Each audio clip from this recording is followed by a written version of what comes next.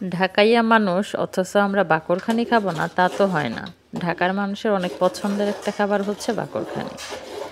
আর এই বাকরখানিটা শুধু আমরা চা দিয়ে খাই তা না, এটা আমরা হচ্ছে দুধ দিয়ে সুন্দর করে খেজুরের গুড় দিয়ে ভিজিয়ে নবাবী স্টাইলেও খেয়ে থাকি। এটাকে বলা হচ্ছে শাহী অথবা নবাবী বাকরখানি। এটা খেতে খুবই সুস্বাদু, আপনারা ট্রাই করে দেখতে পারেন। সচরাচর বাকরখানিটা খেতে আমরা খুব পছন্দ করি, আমাদের ঢাকার মানুষের পছন্দের এটা খাবার। আমি খুব ঘন দুধ কিনে এনে সেটাকে সুন্দর করে জাল করে নিয়েছি, সঙ্গে দিয়েছি একদম নতুন খেজুরের গুড়। এটা যখন দুধের সঙ্গে মিলিয়ে দিই তখন যখন দুধটা জাল হয়ে আসে তখন চমৎকার একটা সুঘ্রাণ বের হয়। এবং সবসময় চিনি দিয়ে তৈরি করার চেয়ে খেজুরের গুড় দিয়ে তৈরি করা খাবারের টেস্ট অনেক বেশি হয় এবং এটা স্মেলটাও খুব বেশি ভালো আসে। তো আমি সুন্দর করে গুড় মিলিয়ে দুধটাকে খুব ভালো করে জাল করে নিয়েছি। আমার দুধটা যখন খুব ভালো করে জাল হয়ে গেছে, একদম ঘন হয়ে গেছে, তখন আমি সুন্দর করে এটাকে বাকরখানি দিয়ে চমৎকার করে ভিজিয়ে নিয়েছি।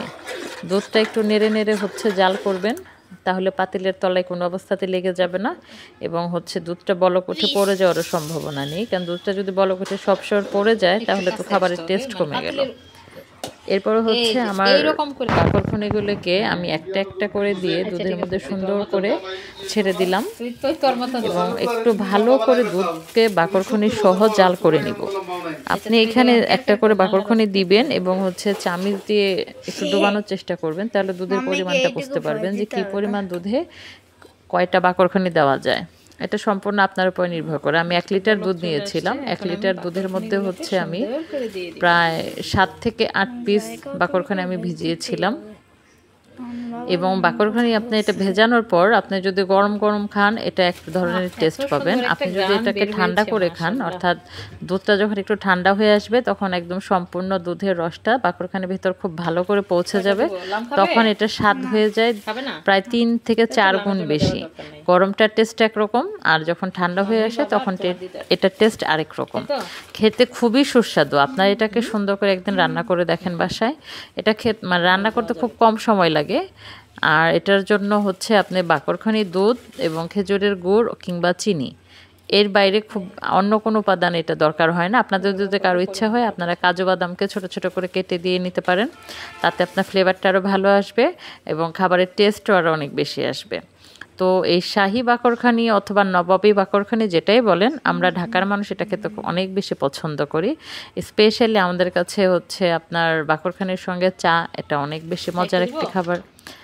আর ঢাকার বাইরে যারা আছেন এরাও হয়তো অনেকে পছন্দ করেন, কিন্তু আপনারা সবাই এভাবে করে একদিন ট্রাই করে দেখেন।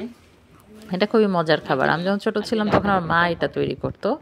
তো স্বাভাবিকভাবে এখন নিজের ঘর সংসার হচ্ছে, এখন আমি নিজেই তৈরি করি। এটা খেতে আমার খুবই ভালো লাগে, ছোটোবেলা থেকে আমি এটা ভীষণ পছন্দ করি।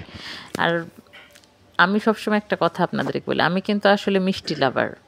আমি মিষ্টি খেতে খুবই পছন্দ করি এবং দুধ আমার খুব পছন্দের একটা খাবার। এজন্য দুধ দিয়ে তৈরি করা যে কোনো খাবার তৈরি করতে আমি পছন্দ করি এবং খেতেও পছন্দ করি। আপনারা যারা আমার মতো মিষ্টি লাভার আছেন এবং দুধ খেতে পছন্দ করেন তারা এগুলো ট্রাই করতে পারেন। যারা দুধ খান না, মিষ্টি খান না, তারা সুন্দর করে চায়ের সঙ্গে মিলিয়ে বাকরখানি খাবেন। এছাড়া আপনাদের জন্য আর উপায় নেই। তো আমার আজকে তৈরি হয়ে গেছে নবাবী বাকরখানি। দেখেন কত চমৎকার হয়ে দুধটা একদম এটার সঙ্গে জমে গেছে। সবাই ভালো থাকবেন।